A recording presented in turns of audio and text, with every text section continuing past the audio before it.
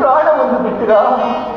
ಅಯ್ಯೋ ಬಿಡಿ, ನಾವೆಂತಹ ನಿರ್ಭಾಗ್ಯಶಾಲಿಗಳು, ನಾವೆಂತಹ ನಿರ್ಭಾಗ್ಯಶಾಲಿ.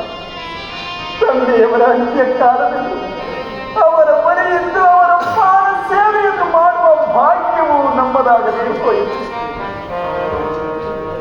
ಭರತ, ಶತ್ರುಘ್ನ,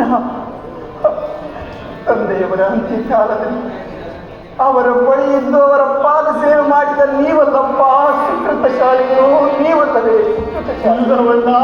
ಇಲ್ಲ ಸಹೋದರ, ತಂದೆಯವರ ಅಂತಿಮ ಕಾಲದಲ್ಲಿ ನಾವು ಕೂಡ ಅವರ ಸಲಹೆಯನ್ನು ತಂದೆಯವರ ಅಂತ್ಯಕಾಲದಲ್ಲಿ ನೀನೂ ಸಹ ಅವರ ಬಳಿ ಇರಲಿಲ್ಲವೇ? ಇಲ್ಲವಲ್ಲೋ.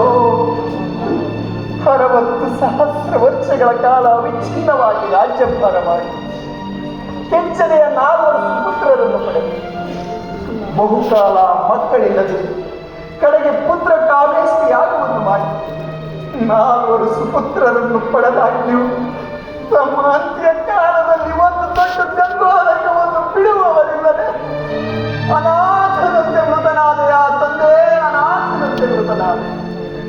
ಇದು ಸ್ವರ್ಗದಲ್ಲಿರುವ ನಿನಗೆ ಇಲ್ಲಿಂದಲೇ ನಮಸ್ಕರಿಸಿ, ಇಲ್ಲಿಂದಲೇ ನಮಸ್ಕರಿಸಿ.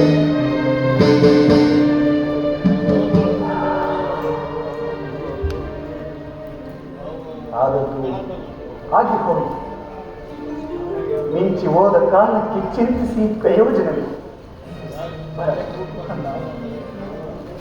ಮಿತ್ರವನ್ನು ಕಳೆದುಕೊಂಡಿರುವ ವಿಯೋಗದಿಂದ ಬಳಲುತ್ತಿರುವ ಮಾತೆಯರು ಪುರಜನರಿಗೆ ಸಾಂತ್ವನವನ್ನು ತಿಳಿಸುತ್ತ ನೀನು ಅಯೋಧ್ಯೆಯ ರಾಜ್ಯಭಾರ ಕ್ರಮವನ್ನು ವಹಿಸಿ 14 ವರ್ಷ ವನವಾಸವನ್ನು ಮುಗಿಸಿ ನಾನು ಬಹು ವೇಗವಾಗಿ ನಿಮ್ಮನ್ನು ಬಂದು ಸೇರಿ